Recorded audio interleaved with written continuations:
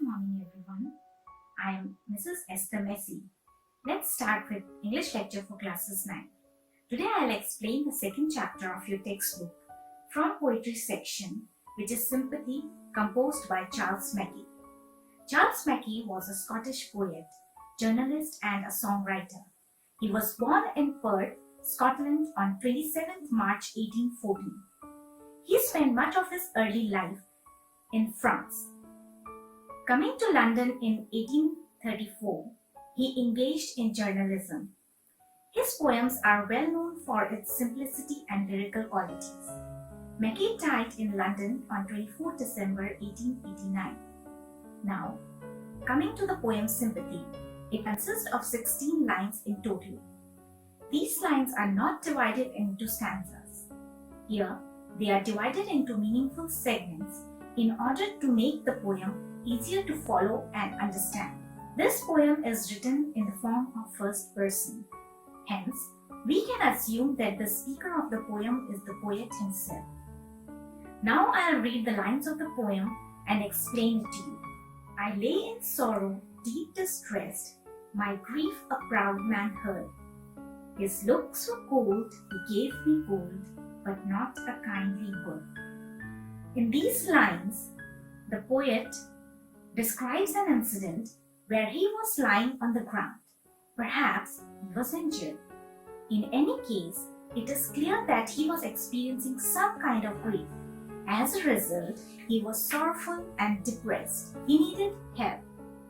As he was crying out in grief, a proud man heard the sound of his voice and stopped to help him.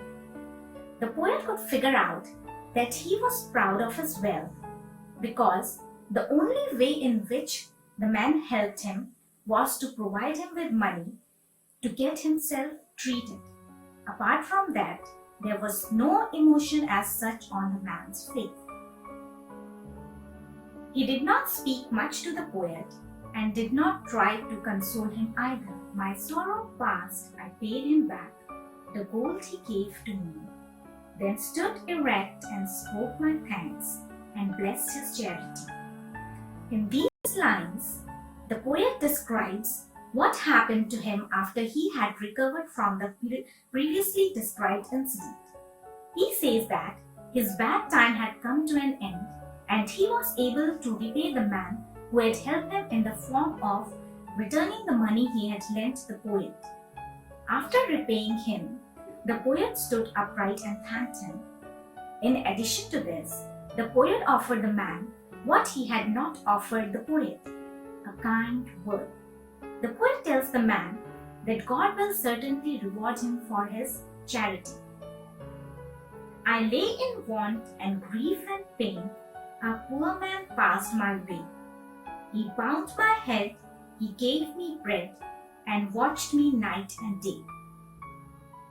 In these lines, the poet described an incident that is very similar to the one he had described at the beginning of the poem.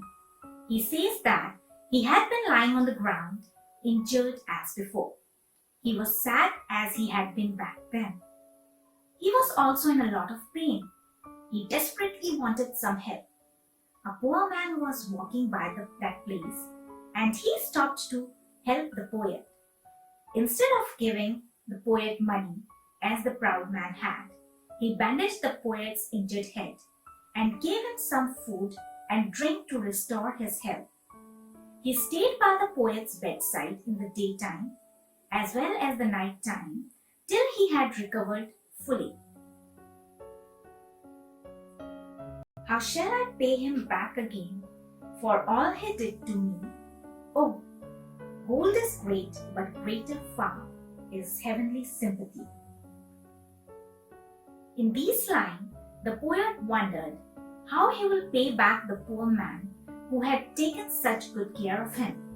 He owes the man something much more complex than a pile of notes or coins.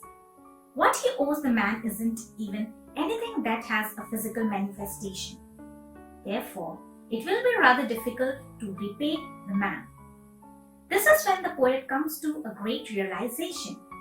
He understands that the value of sympathy is much more greater than that of money.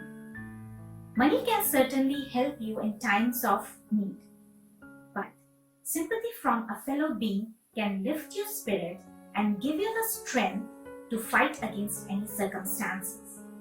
No one can put a price tag on sympathy, for it is invaluable. Thanks for watching this video.